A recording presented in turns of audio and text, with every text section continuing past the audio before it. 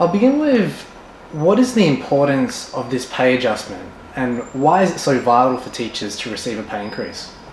I think there's a few issues there. One is simply that the cost of living increases and teachers have a living to be made as much as anyone else, or academics and professional staff have demands on them. I think the other point is it's a question of esteem and about attracting quality staff. If you want to retain your quality staff, you have to pay competitive wages. I think the final point I make is that once a sector or a union starts to accept below inflation wage offers, we're on a desperate downward spiral.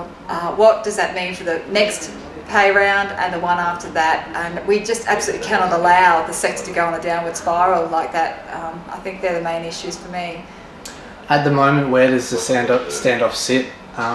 Do you think the NTEU is close to reaching an agreement with RMIT?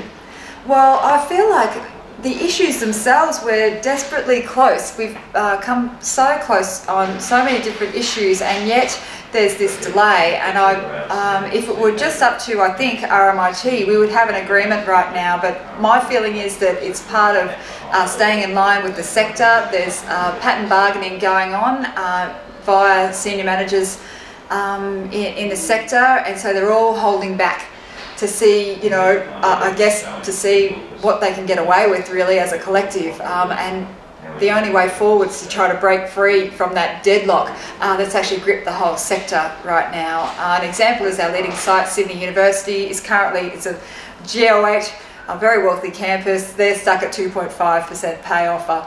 And so, well, how is that happening?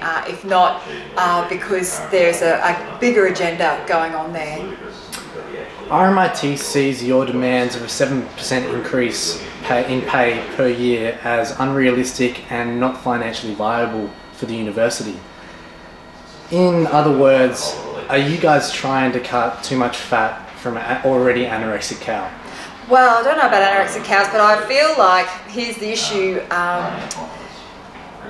RMIT knows as well as the NTU does that this is part of negotiations. Of course, if we started our pay offer at 2%, what would RMIT offer? There's ambit, is my point. 7% is an ambit claim. However, it's not an outrageous ambit claim, even so. And so when they say that, RMIT, NTU is being unreasonable, it's about, again, more stalling, more sledging of the NTU rather than coming to an agreement. And again, RMIT is free to give us a reasonable counteroffer anytime they want. 2.5%, which is barely inflation, is not a reasonable counteroffer. So we're looking obviously for something between those two points, as well as improvements to our conditions, and that's where we're at right now. Do you have evidence that suggests that RMIT does have the funds to offer you something that you would accept? There is evidence all around us that RMIT is a wealthy institution. It has a lot of money to spend on property development, on expansion overseas, on major renovations. It's just about priorities. And again, senior management don't mind rewarding themselves with very, very generous salary offers and bonuses. And I think that that's. The evidence is all around us that RMIT can and must actually offer us a decent pay offer if it wants to stay competitive in the sector. I understand Fair Work Australia represents a risk to the movement at the moment. Can you clarify exactly how Fair Work Australia may undermine the action you are taking at the moment?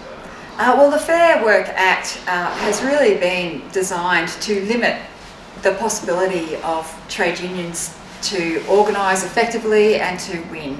It's a frustrating act, which is, many people call it work choices light. It makes it extraordinarily difficult for us to maintain effective bans. One of the issues that undermine us in Fair Work Australia is that even if one student were to complain that they have been harmed by our bans, for example, on assessment results, and they manage to get that claim up via Fair Work Australia, we are forced to withdraw all of our bans on all students. This is an extraordinarily difficult position for us. That's the main risk. I think the other is that senior managements are exploiting that via Fair Work Australia. There's no evidence that senior management at Monash or Swinburne cares so very much for the welfare of students, but they can exploit that angle to limit our actions and to undermine us. And so once Fair Work Australia makes a ruling, the rest of us are forced to fall into line with that ruling. So it's been very frustrating. It's been frustrating even to maintain, even to get bans and industrial action off the ground. You have to go through so many hoops and obstacles to get to that point in the first place. If the NTU's having trouble with this, I can only imagine how other unions are faring. So yes, they are a big threat to us, absolutely. What's the NTEU's next move if RMIT senior management doesn't offer something you consider reasonable? Well, I guess, we are just hopeful that RMIT senior management will see that, continued disruption and continued industrial action and continually antagonising the very people they're relying on to teach and to administer. We're hoping they'll see the light before we have to take it too much further. We now are moving towards sort of rolling weekly actions, stop works, half-day strikes, strike action, and beyond that, well, look, we can only hope that RMIT sees the light. That's the best we can do. What do you have to say to students who are highly frustrated at not being able to access their results and feel their property is being used as a bartering tool? I think we have to say to the students, it's an unfortunate fact that when we withdraw our labour, it's those who we are trying to help who are most affected. That's just the reality of our sector. I think the other thing to say is about landing the blame sheerly where it belongs, which is that RMIT senior management have had 1 year to reach an agreement. They were notified that we intended to take this form of action back in April of this year, and then our bans were actually in place for 5 weeks before they were due to be released to students. The NTU was warning them of all of the implications of that action. My feeling is that RMIT senior management are so remote and so removed from both staff and students that they didn't really realise quite how serious these bans would be. And now that they've happened, well, there you have it. The crisis for students is absolutely senior management's fault. Students really should join with us in saying stop the stalling and give staff a fair go. I think too that students are the recipients of the same problems we have. Understaffing means workloads for staff, but it means large classrooms for students and not enough access to the people you need. Workloads for professional staff leads to longer queues and longer waiting times for students. It's actually the same issue, just two sides of the same coin. And I think if students could see that, they'd really swing in behind us. And I think RMIT management know it, which is why they're a little bit miffed that the student union has supported us and are helping us to get that message out to students.